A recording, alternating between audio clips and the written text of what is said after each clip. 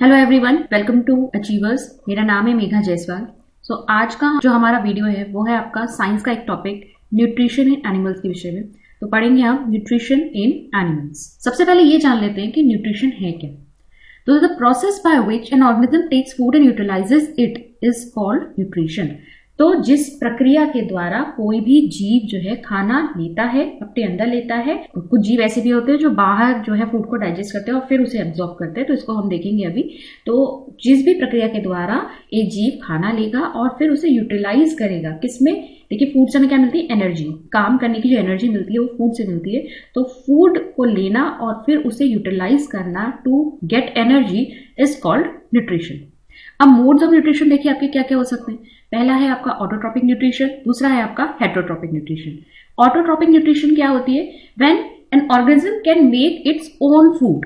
ठीक है, जब वो अपना खाना खुद बना सकता है with the help of inorganic substances, जैसे प्लांट्स। ठीक है, ग्रीन प्लांट्स अपना खाना खुद बनाते हैं with the help of carbon dioxide, water, sunlight and chlorophyll. ठीक है, इसकी हेल्प से ये अपना फूड खुद बनाते हैं। ऐसी ब्लू ग्रीन एल्गी, ठीक है, ये भी अपना फूड खुद बनाती है। ये प्रोसेस आपका क्या कहलाता है? जिसके द्वारा प्लांट्स अपना फूड खुद प्रिपेयर करते हैं, इसे आप क्या कहते हैं? फोटोसिंथेसिस।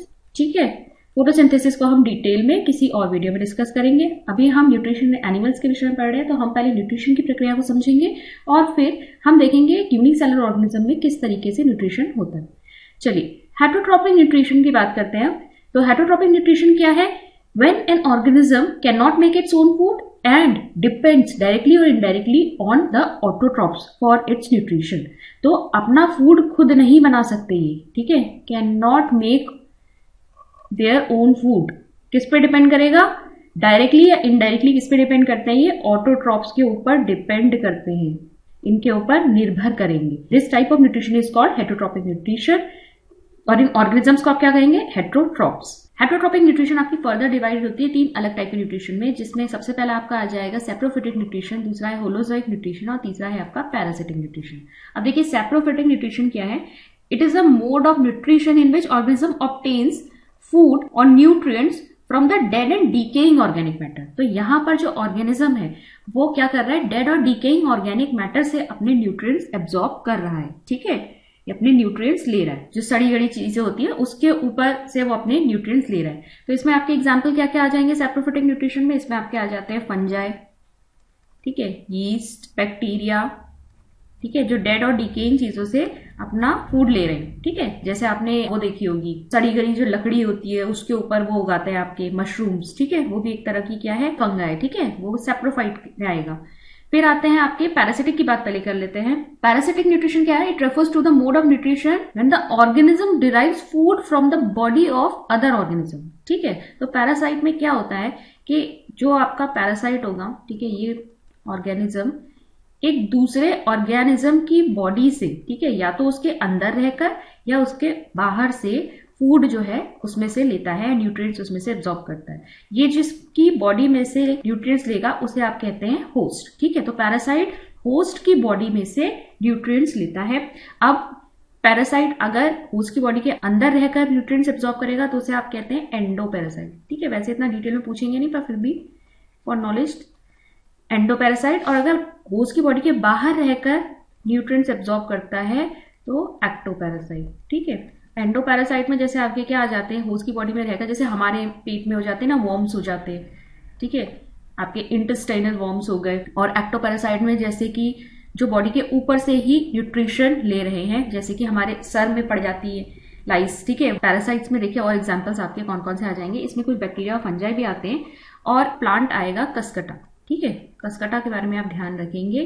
कसकटा जिसे आप अमरबेल भी कहते हैं, अमरबेल, ये भी आपकी क्या है?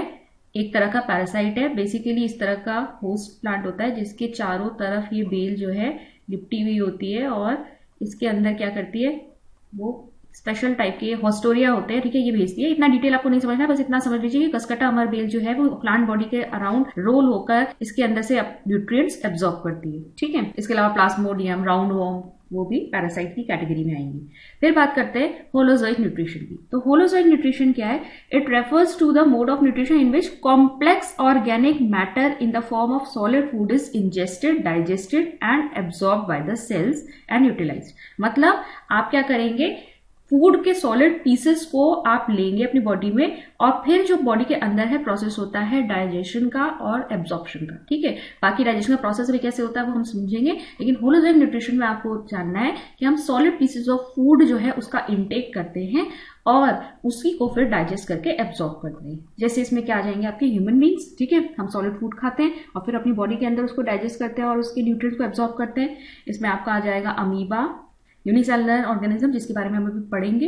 फिर इसमें आपके फ्रॉग, ठीक है, और ह्यूमन बीइंग। नेक्स्ट आते हैं process of nutrition in animals. तो एनिमल्स में न्यूट्रिशन का जो प्रोसेस है उसमें आपके क्या क्या प्रोसेसेस इन्वॉल्व होते हैं। तो सबसे पहला होता है इंजेशन, जहां आप फूड का इंटेक करते हैं, जो फूड आप खा रहे हैं, मुंह में ले रहे हैं, ठीक है, वो है आपका इंजेशन।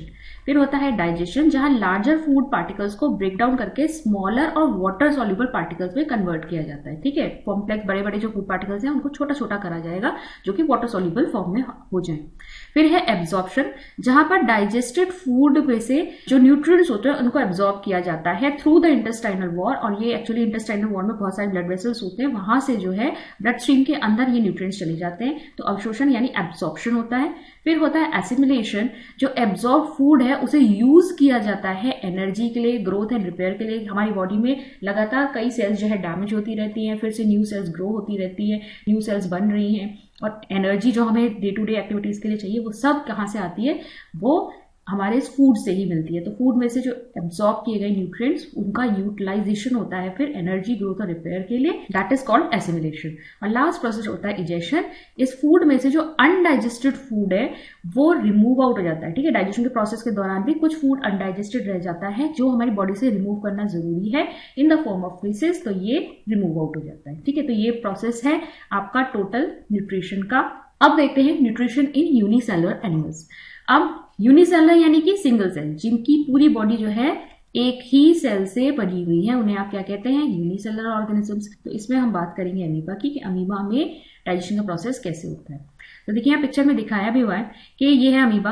अमीबा जब भी किसी फूड पार्टिकल के कांटेक्ट में आता है, ठीक है, इसके सरफेस के आसपास जब कोई फूड पार्टिकल आएगा तो ये क्या करता है? ये स्यूडोपोडिया निकालता है। ठीक है, स्यूडोपोडिया क्या होता है? जैसे आपका इस तरीके से मान लो एक अमीबा है, ठीक है, और यहाँ पर फूड पार्टिकल से दिखाएंगे, तो अब यहाँ से एक गहरा होना शुरू हो जाएगा, ये ऐसे, और ये धीरे धीरे लंबे, ठीक है, ये जो आए गए ना, ये जो बन गए, ये pseudopodia, this are called pseudopodia.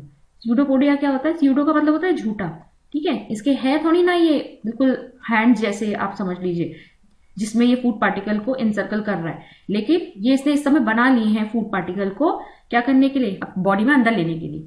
तो देखिए यहाँ पर यही हुआ है, फूड पार्टिकल जैसे इसके कांटेक्ट में आया, इसने क्या यहाँ पे बना दिया? स्यूडोपोडिया बना दिए, और ये स्यूडोपोडिया धीरे धीरे यहाँ से ज्वाइन हो जाता है और ये क्या बन जाता है? फिर ये बन जाता है आपका फूड वैक्यूल। ठीक है, फूड वैक्यूल के अंदर क्या होगा?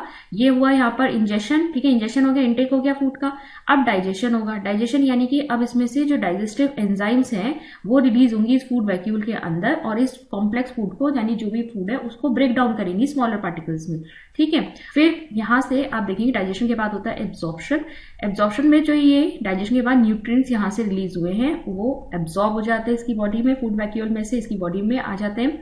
और फिर होता है एसिमिलेशन। इन न्यूट्रिएंट्स को अमीबा यूज करेगा for growth, repair and energy, और फिर जो भी रिमेनिंग अनडाइजेस्टेड पार्ट है वो कहीं भी इसके सरफेस से कहीं भी जा सकता है, इस तरफ इस तरफ इस तरफ, कहीं भी इसके सरफेस पर से ही रिमूव आउट हो जाता है। इस तरीके से आप देखेंगे इजेशन हो गया। तो ये पूरा प्रोसेस हमें न्यूट्रिशन का देखने को मिलता है। तो सबसे पहले क्या हुआ?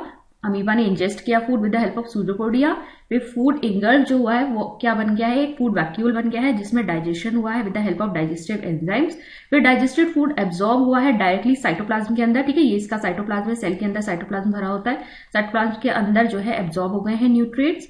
ठीक है, through the process of diffusion. Diffusion मतलब डायरेक्टली बस खाली इसके थ्रू यहाँ चला गया, ठीक है, डिफ्यूजन, और फिर अनडाइजेस्टेड फूड बॉडी से बाहर रिमूव आउट हो गया है by rupturing the cell wall, ठीक है। तो न्यूट्रिशन यूनिसेलुलर ऑर्गेनिज्म में इस तरीके से होगा। आज की वीडियो ज्यादा लंबी ना हो इसलिए मैं इसको छोटा टॉपिक यही कवर कर रही हूँ। इसके बाद हम नेक्स्ट वाले वीडियो में डिस्कस करेंगे ह्यूमन डाइजेस्टिव सिस्टम। सीटेट में जो साइंस आता है पेपर 2 उसमें बहुत क्वेश्चंस पूछे जाते हैं, यहाँ पे काफी चीजें डिस्कस करनी है। यहाँ पर इसके जो ऑर्गन्स है वो भी डिस्कस करने हैं, फिर क्या एंजाइम्स इसमें रिलीज होती हैं, क्या उसमें डाइजेशन का प्रोसेस होता है, सब कुछ हमें डिस्कस करना है। तो वीडियो यहाँ पर बहुत ज्यादा लंबी हो जाएगी इसलिए मैं इसको यहीं पे रोकूंगी। आई होप आज का टॉपिक आपको क्लियर हुआ होगा। मैं मिलती हूँ आपसे नेक्स्ट वीडियो में।